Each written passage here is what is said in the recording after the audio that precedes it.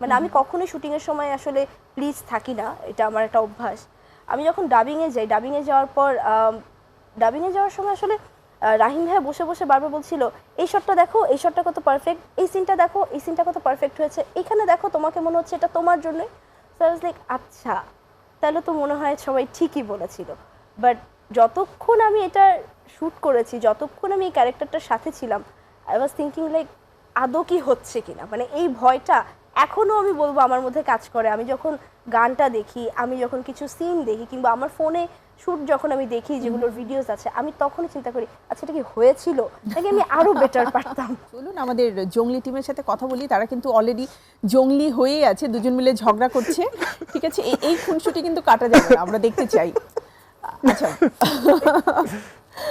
Senior আর্টিস্টরা যে মাঝে মাঝে কি কি বলে, একদম মানে সিনিয়ররা আমি কথাই মাঝে শুনে মাঝে না, কি করব। আচ্ছা দেখি না, মজার ব্যাপার হচ্ছে আসলে তুমি আমারও কিন্তু সিনিয়র ক্যারিয়ারের দিক আল্লাহ থেকে। প্লিজ, তো দিদির সারাটা কাছ থেকে শুটিং কিন্তু অনেক সেট কিছু এগুলোই শেখার বলছে আছে। জানো। শুনে আমরা এত লাকি যে দুইজন সিনিয়র আর্টিস্ট, দুজন বয়োজ্যেষ্ঠ আমাদের সাথে ছিলেন আল্লাহ। এবং আমাদেরকে ব্লেস করেছেন। একজন হচ্ছেন দিলারা জামান, আরেকজন হচ্ছে প্রার্থনা ফারদিন দিঘি।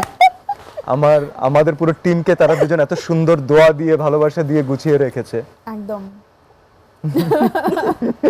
আচ্ছা, বুবলির সাথে তোমার স্ক্রিনের কেমিস্ট্রি সবাই এর আগে দেখেছে, আমরা টান দেখেছি, অসাধারণ ছিল। Thank you. কিন্তু দিঘির সাথে প্রথমবার, এবং যেটা বলছিলে যে নূপুর চরিত্রটাকে ফুটিয়ে তোলা একটা চ্যালেঞ্জ ছিল। Right. আবার খুব অল্প সময়ের জন্য হলেও যদি অডিয়েন্স আকর্ষিত না হয় তাহলে তো আসলে চরিত্রটা কারো মনে থাকবে না। তো নূপুরের প্রচেষ্টাটা কি ছিল আসলে?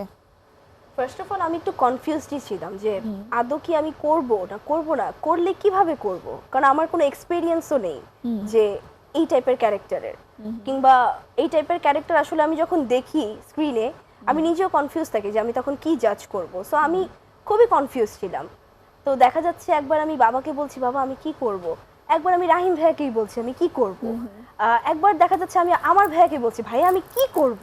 সো ওই জায়গা থেকে সবার একটাই কথা, তুমি করো, তুমি করো, তুমি করো, তুমি পারবে, তুমি করো, তুমি সামনে এগিয়ে যাও, আমরা তো আছি পিছে। এবং দেখা যেত কি প্রতিনিয়ত আমি রাতের বেলা বাসায় এসে, বাবা কিন্তু সকালে উঠে আমাকে মানে সবসময় জিজ্ঞাসা করে মোস্ট অফ দ্য টাইমই যে আমি কয়টার দিকে সেটে ঢুকলাম, কি করলাম, কয়টা শট দিলাম, এগুলো তাকে আমার সেটে ঢুকে বলতে হয় যে কি কি করলাম। এবং কোনোটা যদি ভুল হয় সে আমাকে ফোনের মধ্যে তুমি দেরি করলা কেন, তুমি এইটা করলা কেন, ওখানেই সে শুরু হয়। তো ওই জায়গা থেকে এমনও সময় আছে যে দেখা যাচ্ছে অনেক অনেক ভিড়, অনেক সে, আমি বাবাকে টেক্সট করছি বাবা এখন এইটা আমি কি করব। ওই জায়গা থেকে উনি আবার আমাকে একটা টেক্সট পাঠায়। তো আমার মনে হয় আমার ফ্যামিলি থেকে এই জিনিসগুলা, তারপর আমি খুব প্রতিনিয়ত আমি রাহিম ভাইয়ের সাথে কথা বলতাম এবং আমি খুব টেনশনও করতাম, ভাই আমার কি ঠিক হচ্ছে, আমি কি ঠিক করছি। তো একটা টাইমে রাহিম ভাই আরে ধর তুমি বেশি টেনশন করো, তুমি বেশি কথা বলো, বেশি চিন্তা করো। সো ওই জায়গা থেকে শেষমেশ আমি যখন ডাবিংয়ে যাই, মানে আমি কখনোই শুটিংয়ের সময় আসলে প্লিজ থাকি না, এটা আমার একটা অভ্যাস। আমি যখন ডাবিংয়ে যাই, ডাবিংয়ে যাওয়ার পর ডাবিংয়ে যাওয়ার সময় আসলে রাহিম ভাইয়া বসে বসে বারবার বলছিল এই শটটা দেখো, এই শটটা কত পারফেক্ট, এই সিনটা দেখো, এই সিনটা কত পারফেক্ট হয়েছে, এখানে দেখো তোমাকে মনে হচ্ছে এটা তোমার জন্য।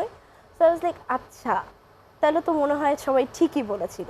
বাট যতক্ষণ আমি এটা শ্যুট করেছি, যতক্ষণ আমি এই ক্যারেক্টারটার সাথে ছিলাম, আই ওয়াজ থিঙ্কিং লাইক আদৌ কি হচ্ছে কিনা, মানে এই ভয়টা এখনো আমি বলবো আমার মধ্যে কাজ করে। আমি যখন গানটা দেখি, আমি যখন কিছু সিন দেখি, কিংবা আমার ফোনে শ্যুট যখন আমি দেখি যেগুলোর ভিডিওস আছে, আমি তখনই চিন্তা করি আচ্ছা এটা কি হয়েছিল নাকি আমি আরো বেটার পারতাম। আসলে তারকারা কখনোই কিন্তু নিজেদের কাজ নিয়ে স্যাটিসফাইড হয় না, দ্যাটস ওয়াই তাদের মধ্যে ক্রেভিং থাকে যে এর চাইতে ভালো কি করা যায়, এর চাইতে ভালো কিভাবে করতে পারি।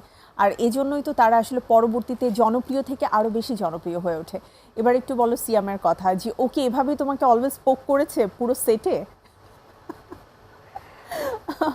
ওকে দেখে কিন্তু তাই মনে হয় না, তাই না? ওকে দেখলে আসলেই মনে হয় না। তুমি জানো আমরা যখন নাটকের সেটে থাকতাম, আমরা যখন মানে মজার একটা কথা বলি সিয়াম, আসলে মনে পড়লো, it was back in 15-16 right? 15 right.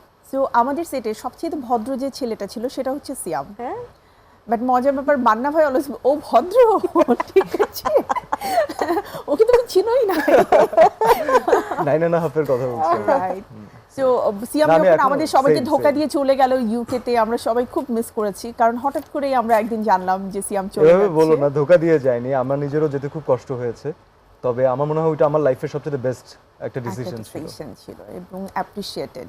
And এবং my team was with me. Within a short time তুমি এত কঠিন একটা কোর্স কমপ্লিট করে কামব্যাক করেছো, সো আলহামদুলিল্লাহ। আমি এখনো বলতে চাই যে কংগ্রাচুলেশন, কারণ আমি অনেকের ক্ষেত্রেই দেখেছি যে এত শর্ট টাইমে কেউ এই কোর্সটাকে কমপ্লিট করতে পারে না, but it's not a easy thing. Thank you.